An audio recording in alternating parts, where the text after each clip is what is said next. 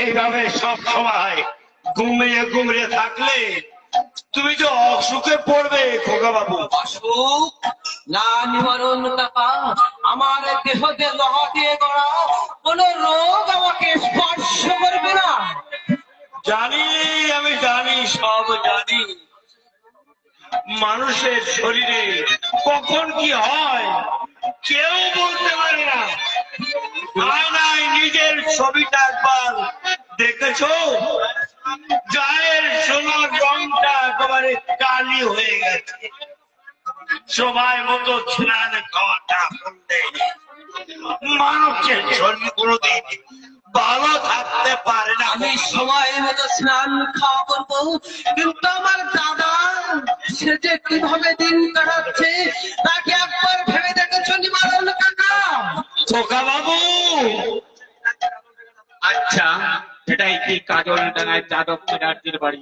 হ্যাঁ, কোথা থেকে আসছেন? কলকাতা থেকে। বাবাকে ডেকে দেবো? বাবা, আপনি তাহলে কি যাদব চ্যাটার্জির ছেলে? হ্যাঁ। তাহলে আপনি আমার... কি হলো, চুপ করে গেলেন কেন? না না না না, ও কিছু নয়। আপনার বাবাকে একটু ডেকে ডেকে দিন না। তার সঙ্গে কথা বলছি শোনি। বাবা, এই ভদ্রলোক তোমার সঙ্গে দেখা করতে এসেছেন। আচ্ছা আচ্ছা, দেখুন তো এই কবচখানা। দেখি দেখি। হ্যাঁ, যদি কিনা চিনতে পারেন।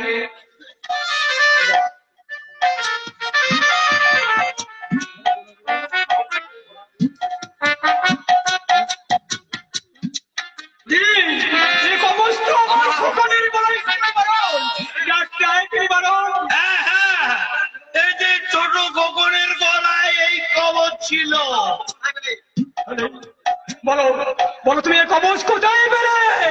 তাহলে চুপ করে থেকো না, বলো বলো, তাহলে তুমি কি আমার?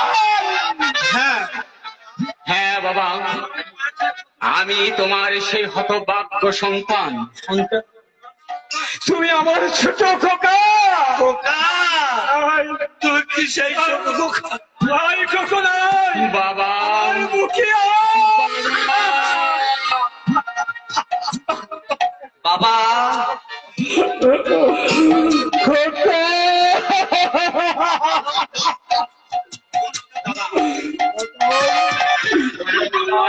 দাদা দাদা, ভাই, আমার বুকে আয় ভাই। দাদা, আয় ভাই, আয়।